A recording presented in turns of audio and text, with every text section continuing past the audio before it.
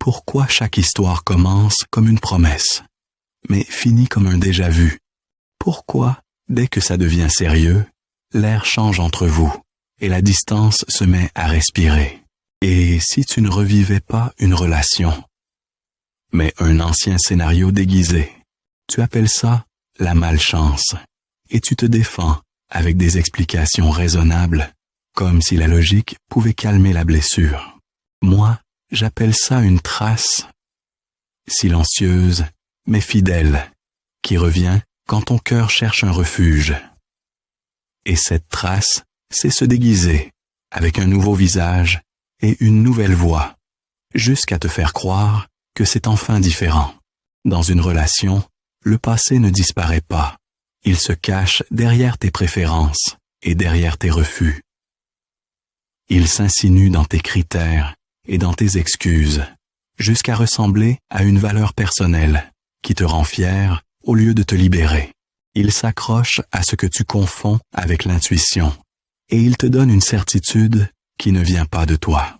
Écoute bien, ce qui te semble naturel est parfois une habitude apprise dans l'ombre et répétée sans que tu la remarques. Ton esprit cherche une cohérence et refuse le vide, parce que le vide oblige à tout réinventer. Il préfère une douleur connue à une paix inconnue, et il appelle ça la prudence. Alors, il transforme la familiarité en attirance et la tension en preuve d'importance.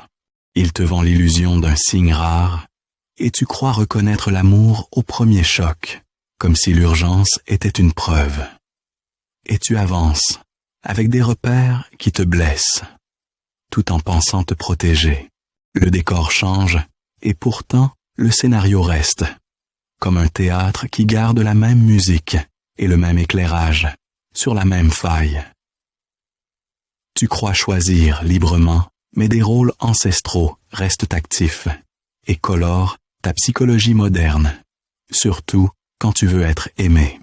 Ils viennent des histoires familiales, que personne ne raconte vraiment, mais que tout le monde rejoue dans les détails et dans les non-dits. Ils viennent des images vues trop tôt, quand tu ne pouvais pas discuter, seulement t'adapter. Ils viennent aussi des symboles antiques que la culture recycle et tu les portes sans les nommer, dans tes gestes et dans tes attentes. La sauveuse veut réparer et finit par s'épuiser en confondant amour et mission. La muse veut être choisie et devient dépendante du regard, même quand elle dit être forte. La gardienne veut contrôler et appelle ça la prudence, puis elle s'angoisse quand tout échappe. Tu ne les joues pas volontairement, tu les répètes comme un rituel transmis de génération en génération. Le détail, c'est ça. Ton corps reconnaît avant tes mots, et il te parle sans discours, avec des signaux simples et insistants. Il accélère quand l'autre devient imprévisible, et il t'offre cette impression de vie intense, qui ressemble à de la profondeur. Il se contracte quand une absence rappelle une ancienne peur, et tu appelles ce nœud une simple inquiétude. Tu souris, et pourtant tu te protèges, parce que ton calme extérieur peut cacher une alarme intérieure. Tes phrases disent oui, et tes gestes disent prudence, et cette contradiction fatigue ton esprit. Les émotions parlent sous le langage, et elles montrent la vérité, que les mots maquillent quand tu veux rester poli et correct. Elles passent par des micro-tensions, et par des silences, et parfois par une gentillesse trop lisse. Quand tu ignores ces signaux, tu traduis tout en logique, et tu rationalises ce qui te blesse. Voici le mécanisme.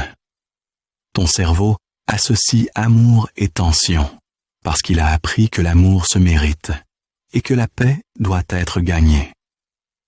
Il confond intensité et sécurité, et il prend l'adrénaline pour une preuve d'attachement. Il confond familiarité et vérité, et il croit qu'un schéma ancien est une personne unique. Il récompense ce schéma parce qu'il est prévisible, même si cette prévisibilité fait mal. Tu crois que c'est le destin, quand c'est seulement une boucle bien connue. Mais c'est une habitude émotionnelle qui se répète tant qu'elle n'est pas reconnue. Peu de gens voient ça. Tu ne cours pas après l'autre, tu cours après la sensation, qui te rappelle une époque et un ancien manque. Ensuite vient l'effet. Tu deviens experte en excuses et tu minimises les signaux pour ne pas perdre l'image que tu espères et la promesse que tu inventes. Tu acceptes des demi-présences en attendant une version entière et tu appelles ça la patience, alors que ton besoin est clair. Tu appelles ça la maturité, quand c'est parfois une négociation silencieuse avec ta peur. Mais parfois, c'est une peur d'être seul, et cette peur, c'est parler, avec une voix très douce. Et le résultat arrive, le même film avec un autre visage, et la même fin qui te surprend toujours. Tu finis fatigué, et tu te demandes ce qui manque chez toi, alors que la question est ailleurs. Puis tu changes de critères, sans changer de scène intérieure, et la répétition trouve encore une porte. La sortie ne passe pas par la force, mais par la clarté, parce que la clarté casse l'enchantement et remet la réalité au centre. Tu dois reconnaître le rôle que tu joues et voir comment il attire exactement ce qui le nourrit. Tu dois nommer le symbole qui t'attrape et distinguer le charme de la sécurité. Tu dois écouter le corps quand il dit non, même si ton mental cherche une excuse élégante. L'amour stable peut sembler calme au début, et ce calme peut te paraître étrange. Il ne pique pas et ne te met pas en chasse, et il te laisse respirer et rester toi. Il construit doucement et sûrement, sans spectacle et sans menace. Et c'est là que l'empathie devient sagesse. Si tu veux agir maintenant, observe la scène qui revient et note ce que tu ressens avant de penser comme un chercheur de toi-même. Repère l'instant précis où tu te trahis et où tu abandonnes ta propre vérité pour garder un lien. Pose 3 questions simples et réponds sans te justifier, comme si tu te parlais à toi-même avec respect et vérité.